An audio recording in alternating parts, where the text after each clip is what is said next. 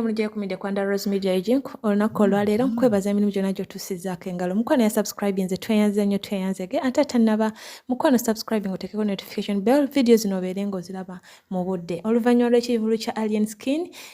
Kenzo yavaayo n'agamba nti kano kaali kabadi wakati wa Balamu ne Abitex naye Abitex avuddeyo n'abisambaja awamu ne Alien Skin nga bagamba tekaali kabadi aleeta obukakafu ngenda kuba nkuteerayo video zino mukwano obeere ng'oziraba ate olutalo olw'amaanyi lweyolesewo wakati wa maama w'aba Palaso ne bakadama oluvannyuma bambi olw'ekivulu ky'omwana we okubanga kyalimu ebyewuunyisa oba ebitiisa yali atidde nti tekigenda kubeera successful bambi n'abaako engeri gy'atangazaamu n'abantu be yanyigira n'agamba abantu tebabaagala bataddeko obukyayi ate nga si bituufu yavaayo n'alangira bakadama awamu ne Cleverje ngenda kuba nkuteerayo olutalo bakadama lwe baamuguddeko paka mwami Lumbuye lwavuddeyo n'abagamba nti bambi mulekeraawo n'abantu abalala bavuddeyo ne bagamba mulekeraawo kubanga lw'olutalo lw'abakadama teruggwa bano bo tebagambwako balina amateeka era balina engeri gye beekwasiramu ensonga zaabwe naye katusuubire nga Lumbuye bw'abagambyeko bambi binaakomawo kubanga oli muntu mukulu bambi tasaana kuyisaamu ggaali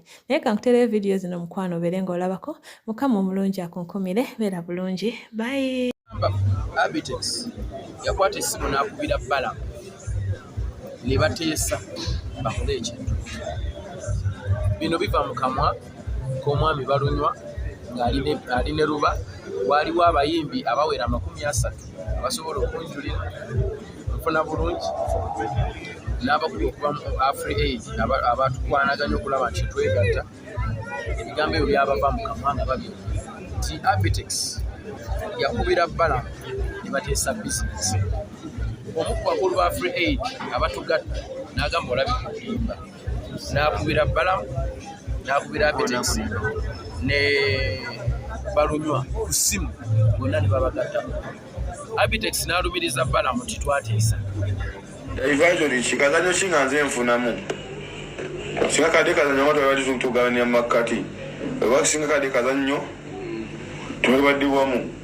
ntino shiri tugenda kuzigabana naye akazanyo nga waliwo akaaba nakala waliwo omusajja omu yavudde n'agamba tukabadde kapange nti nate naye nagandi naye muyimbi tukakutuuzeeko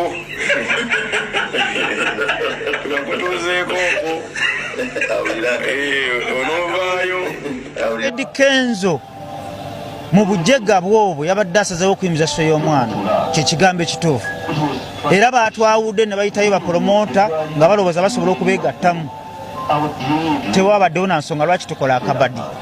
njagala muteekayo ebintu bino abantu bategeere olugero nze siina buwongo bupangirira biboozi bino ebya Edi Kenzo byenda bapangirira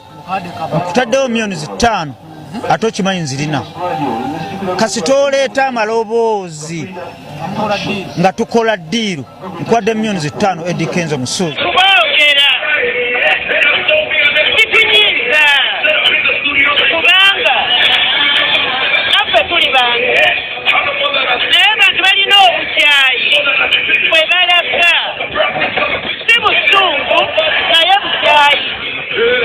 omanyi waliyo okuyiga wabawo n'obukyayi naye ffe baatuteekako obukyayi simanyi lwaki bakukyawa okitegeera naye Mukama ali waggulu talya nguzi asala amazima kakina kyetukola kiri bantu oyo omwana yakuba enseri n'aguba pansa n'amugyamu amannyo akubye bangi sigamba nti Palaso yakola bulungi naye nga naye bwanyiiga n'akuba ne Palaso bwe yanyiiga n'amukuba n'ekyawambuye nekiva mu busungu nekijja mu bukyayi owulidde naye Mukama atwagala era mugulumiza ennaku zonna kubanga basigaddeko empalana oyinza okuddira ekivulu n'okiraka ku munno ku nnaku 4 oba kwonna kuyinziriza mpalana amanyi eyo mpalana tewaaliwo ekigendererwa kirala twali kunakuya naye kiganye teka Alien Skin waggulu n'emiti emitono gyo kijja nange kyensokola kati bwe nalabye Cleverje nze namulera era yajja ewange nayeetonda namusonyiwa nalayo agw'eddalu mwebwagere alien skin neŋŋamba bw'otoyogera tewejjusa yandisirise n'ensi ekujajinga kati eriyo bakadaama bagala amawulire ne bagenda ku tiktok naye nze gannoonyaka abawagizibo basiibu kadaama beebereremu bagenda ku tiktok babamanye naye nze gansanga waka katonda yekeyandeeta yansobola kiro ne zimusanga awo nga bwe bwogamba gwe nnyabwe na mukadde ofa kinaffe bakadaama otandise kusiimuuka oba okuwenga zandiba windo zitandise okuyika naye maama baako wookoma kubanga ffe wano tugaba levo ffe bakadaama bomanyira ffe tutula mu challenge za mutabani wano ng'afulumizza ennyimba palaso tategekangako uganda kivulu kya mitwalo 10 nga ordinary pozi ng'oyagala palaso wo tumuzire ne music we gwe maama palaso tujja bavumira emyezi 3 ne mutabani wo myezi 3 nga tubavuma kati mukwano beera mwegendereza nnyo ng'otandika olutalo ne bakadaama kubanga ffe bw'otandika olutalo wano olina okulumaliriza bakadaama bagala amawulire ne bagenda ku tiktok naye nze gannoonyaka bannyinaffe bakadaama ndowooza vidiyo esoose mugiwulidde bulungi mama kamyoni abagambye mwebeereremu abadde ategeeza nti mwebeereremu balekerawo bakozesa kuba abantu bangi babakozeseza ne bababbako obusente bwammwe kyabadde ategeeza mwebeereremu n'abagamba mwe mulimu kunoonya zikamera ye kamera zimunoonya talimbye mama kamyoni kamera zimusanga waka ne mmwe abasinga bannyinaffe mwe munoonya zikamera kyovala abasinga mweyambula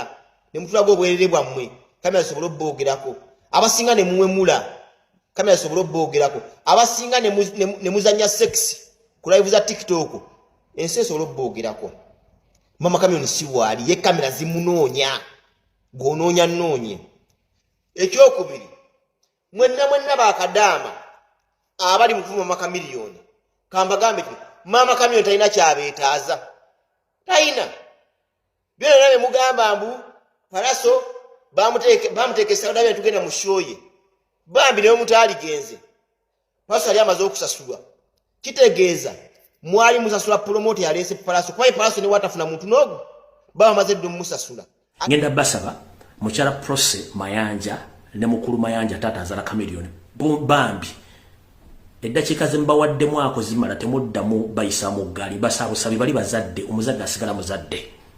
balumba temubafuma bali bantu bakulu newakuba bali bazo ko bakoze ensobi somehow somewhere naye saagala mbayisemu lugaayu saagala muddemu bayisa mu ggaali basaba please wenno omwana obuwala nga wanyiize ku statement mukyala Prose Mayanja gye yakoze ne mukulu Mayanja please for the sake of their age and their family respect please nze mbasaba nganze temuddamu bayisa mu ggaali